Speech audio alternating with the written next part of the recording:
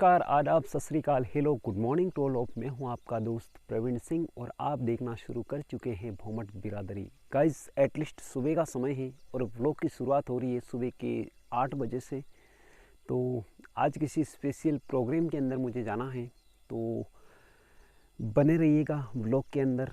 और प्लानिंग ये भी है किसी एक न्यू प्लेस को एक्सप्लोर करूं, तो दोनों में से जो भी मेरे लिए उचित लगेगा, मुझे लगेगा कि हाँ यहाँ पर जाना ठीक है, तो उस चीज़ को लेकर मैं बात करूँगा।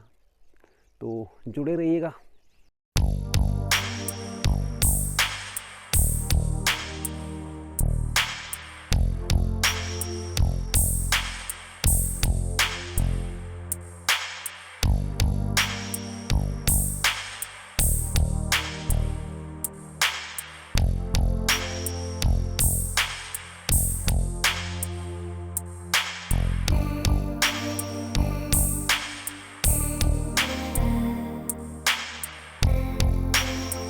तो जीवन है, इसी बात को चरितार्थ करते हुए मैं आ पहुंचा हूं पांद्रवाद से लगभग 10 किलोमीटर पहले सोम घाटी के ऊपर। और यहाँ आने के बाद में ये जो इधर का जो वन क्षेत्र है वो आप देख पा रहे हैं। ये कोई सामान्य वन क्षेत्र नहीं है, सामान्य जंगल का इलाका नहीं है, क्योंकि किताबों में तो जैसे बताया गया है कि बिच्छा मेड़ा की पहाड़ी से एक नदी निकलती है और जिसे हम सोम नदी के नाम से जानते हैं। लेकिन फ़िलहाल ये जो जगह है, इस जगह का नाम सोम घाटा है और मैं खड़ा हूँ सोम घाटे के ऊपर। तो यहीं से सोम नदी का है, सोम नदी का जो उद्गम होता है वो इसी स्थान से होता है, क्योंकि ये जो इधर की पहाड़ियाँ हैं, इन्हीं पहाड़ियों से सोम नदी का उद्गम होता है और यहीं से निकलने के बाद में ये नदी है वो अपनी गति पकड़ती है।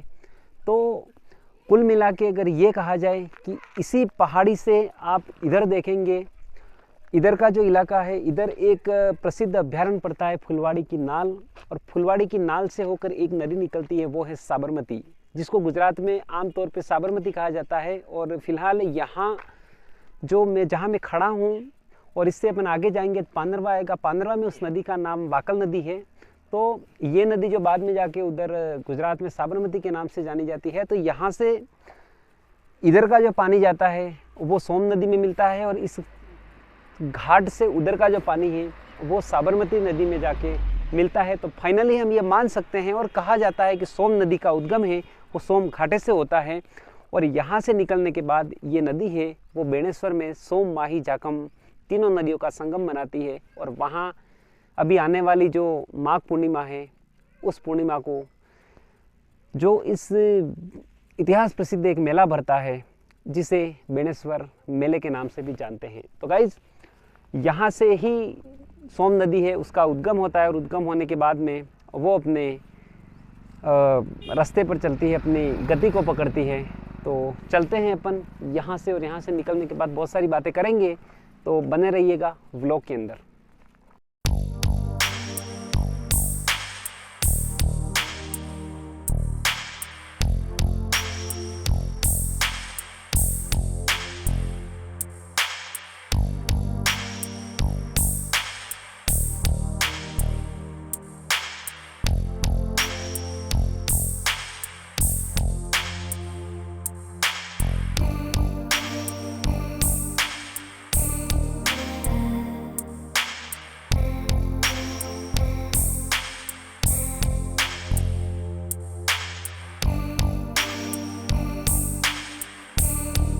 बात कर रहे थे अपन सोम नदी के बारे में।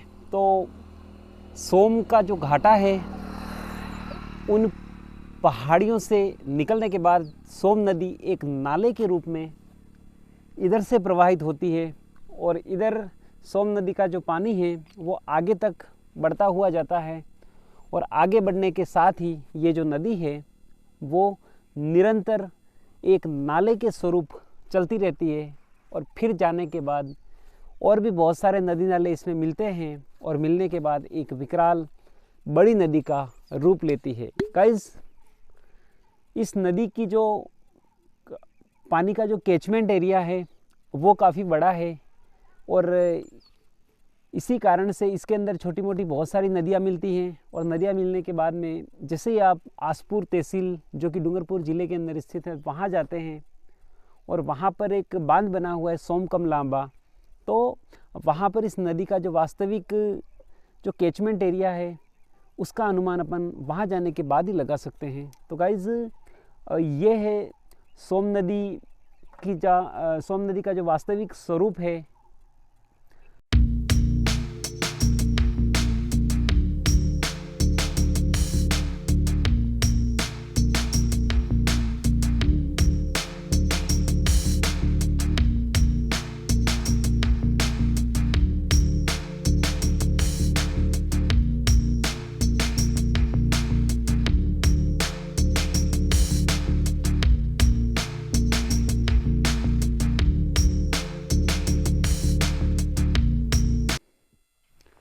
उतार चढ़ाव घुमावदार सड़कों का आनंद लेते हुए, छोटे मोटे नदी नालों का रिव्यू करते हुए और खड्डों के अंदर उछलते कूदते पेड़ पौधों का आश्रय लेते हुए मैं फाइनली आ पहुंचा हूं घर पे।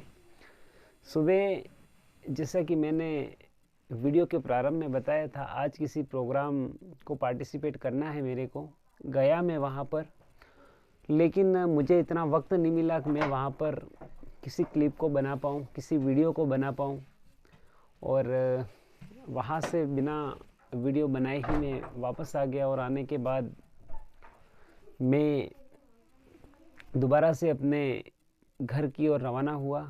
तो रवाना होने के बाद बहुत सारी चीज़ें रास्ते में आती हैं। कम से कम 70-80 किलोमीटर का सफ़र रहा, जिसमें थोड़ी सी फिज़िकली थकान हो जाती है, क्योंकि बाइक का सफ़र रहता है, थोड़ा सा कोई भी हो अनकंफर्टेबल तो महसूस करता है, क्योंकि प्रॉपर सिटिंग पोजीशन रहती नहीं है।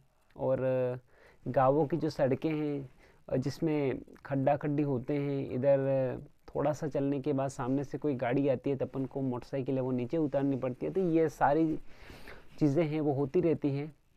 तो फाइनली इन तमाम चीज़ों से जूझते हुए मैं आ गया घर पे, और घर पे आने के बाद थोड़ी सी किचन में हेल्प की, और किचन में हेल्प करने के बाद ऑलमोस्ट भोजन तैयार हो चुका है, लेकिन अभी भोजन करना बाकी है। तो गाइस ये थी मेरे आज के दिन की जर्नी। इसी प्रकार के इंटरेस्टिंग वीडियो मैं आपको प्रोवाइड कराता रहूँगा। तो आज के दिन का सफ़र है वो मेरा यहीं ख़त्म होता है। मिलते हैं एक और इंटरेस्टिंग वीडियो के साथ में, तब तक के लिए बाय और जय हिंद दोस्तों।